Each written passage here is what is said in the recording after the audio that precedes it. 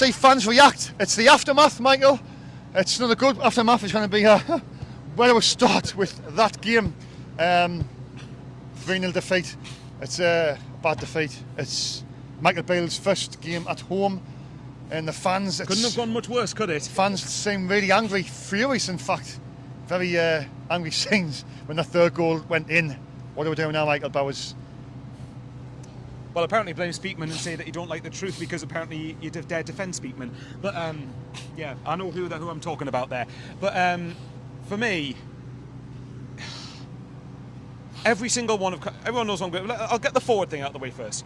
Bar's chance, like I don't know if you saw it, but basically I can't remember who. Someone had the initial shot. It comes out to the keeper. Yeah. The original keeper spills it, parries it out of the bar, and he somehow skies it over the bar. He's got to at least hit the target, man. You've got to be scoring for me there. I know. You've got to, the keeper's on the ground, and you've got, from what I remember, and you've got to be scoring. Simple as that.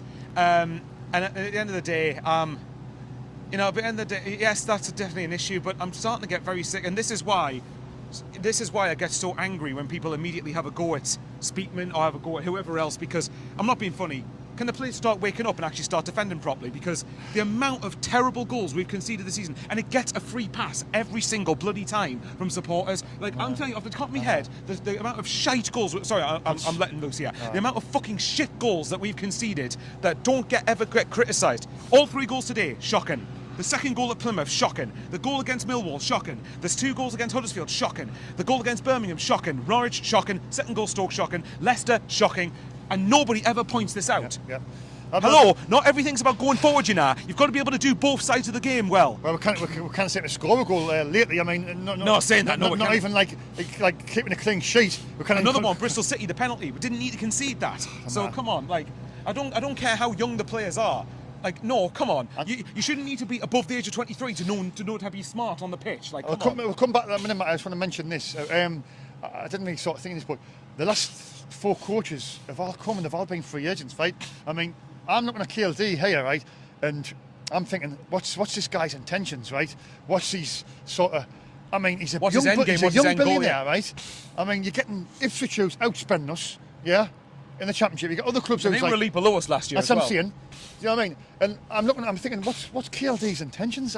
I'm not quite sure. Right, he appoints Lee Johnson. I don't know who made that appointment, and that was Stuart Donald. I'm sure he had sort of some say. It was on the verge of switching, wasn't it? So Lee Johnson, then you had Alex Neil, all free agents. Yeah. Tony Moore, free agent, and now Michael Beale, free agent. Yeah. Now I'm just quickly coming to Will Still. It was reported. Michael Graham of Twitter had said that. Is this the release clause or the compensation? Yeah, 5 million euros. That's how much it would have cost. So it would have been about 3.5 million.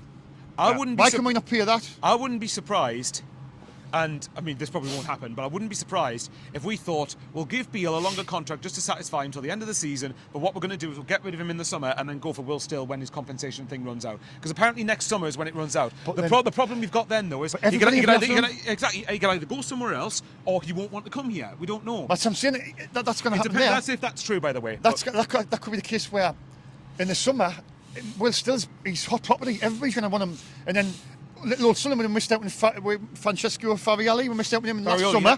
Farioli. So we're missing out with these managers because we're penny pinching KLD. Yeah. You know, show these fans, show this massive club that you're ambitious and you want to take us somewhere. This is where it seems like we're just absolutely penny pinching all the way. This is where now, if do you know what I mean?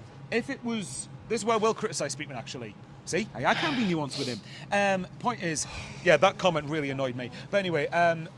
With Speakman, right? If it was his decision, if it was his decision to not go and pay the compensation package for Will Still, which I personally don't think it would be, but I might be wrong. Speakman. If that was Speakman's decision not to pay that, then he deserves criticism. Well, ultimately, it's got to be KLD, Michael, because he's the owner. I'm agreeing with you because he's the owner. He appoints the managers. Oh yeah, exactly. Well, this is why another thing I keep on mentioning.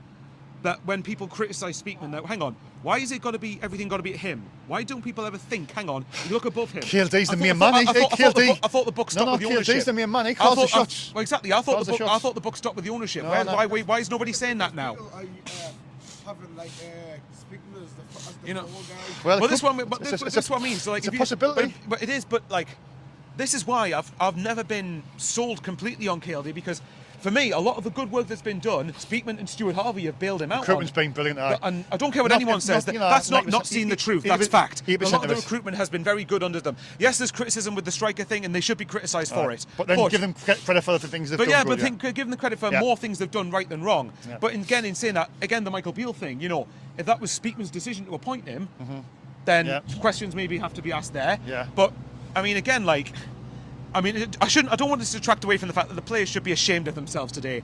They should be ashamed of themselves. I was kicking off earlier on before we're coming out. I was kicking off. I was saying, they down tools there. They give him, man. There was the. I was like, no, I don't care what age you are. You don't need to be aged. You don't need to be over the age of 26 to show desire. It's like you going to work. Us going to work. Sainsbury's and me going to fault, and then just going, oh. Thanks, just give away everywhere I work. I'm just going to canteen. Half-hearted, you can do the parts. I'll be you know what I mean? Shit up personnel. Oh, absolutely. Look, but to bring back to the top though, this is where for me KLD's got to start facing criticism, because I'm sure we'll get into the shambles of the Newcastle ticket allocation thing, and there's going to be obsessed Geordies in the comments going about it, but no, I don't care. This is factual. Like, from our perspective, that is an absolute disgrace the way that was handled. It was. But with KLD as well, this is what I've kept on saying for ages. Where I've criticised him is the stadium could do with a bit of work, if we're being honest. Refurbishments. Where's that gone? Why is that not happening yet? Not paying compensation for a head coach. Like, if you wanted Will Still that much, and they clearly must have wanted him enough to go for him. And I think he was willing as well. He was listening. Well, it sounded like he was. So if that's the case, then come on. Well, no, that's not Davison to be fair. The KLD for me is ultimately the person who's at the top, and he's just shockingly escaping a lot of the criticism for me. Well, like, absolutely a lot of the criticism. Mind. And this is why I keep on saying the things I do, because at some point we've got to start going, like you said earlier, what's your end game here? What's the end goal? I understand the model we're doing in terms of you get players in and you're not going around spunking loads of money, and I do get it, because if an injured Ross Stewart is costing 10 million quid, then... Yeah, but then you can also say, well, Jerry Yates from Blackpool, he would have cost not much more than I think so. Just took a chance with that one. I think that he was the best striker in the league. They thought would put a bid in and was accepted. And it was a chance they took, and it's looking like now he could be he might not be. He's out for the rest of the season. He might not be the same player. Yeah. It's gutting for him. Don't get me wrong, but. That's where areas like that are where Speakman's done excellently. I'm not having anyone tell me different. That was an excellent bit of business to get that money. Absolutely, when he paid, what was it? 300,000. 300,000. Yeah, 300,000, 2.5 years. 20% goes to them, but still but even then, you're making like at least £6.5–7 million profit at minimum, aren't you? So, at the end of the day, that sort of stuff we do well. But again, it comes back to my point. KLD's been bailed out, in my opinion, through a lot of the things that these guys have done. Stuart Harvey and Speakman and Harvey have done superbly, absolutely superbly in terms of recruitment. Again, well, Stuart Harvey's done excellently. Speakman's done very well. Again, striker thing is something we can point at, but in general, there's been more good work done than bad. But with KLD, though, again, like I said, that needs work. If you're not going to pay compensation for managers, then what's the point there? And like you said earlier, the model we're doing, I like it, but even I've said, what we're doing for me should be a means to a progressive end. I think Michael Graham put it on his. I like Michael Graham actually, but one of the things he said was that this model should be a means to a progressive end. Come and say hello. Hi. Hello. I watch you and I watch you. Oh, thank you very much. Merry Christmas, Sunderland. We didn't have a good day today, but we'll love you still. Sunderland till I die. There you go. Right. Love it. Merry Christmas. Merry Christmas. Stay safe. Stay safe. Take care, love. Yeah, what a way to say Merry Christmas by losing 3-0 at home to Coventry. I think they've had something to drink, but fair enough, but at the end of the day, the model has to be the means to an end that I said loads of times before, and for me, the means to an end should be, and people can laugh at this, but I don't care, I think I'm right, the aim should be to replicate what Brighton are doing. Of course it should be. For a club of our size, don't anyone tell me that is delusional or arrogant, because it's not. If Brighton can do it, if Brentford can go where they are, then we should be able to. But the point is, we then have to, it leads on to the point off the pitch as well, we need to stop acting like, with all due respect to them, Hartlepool are probably ran better than we are.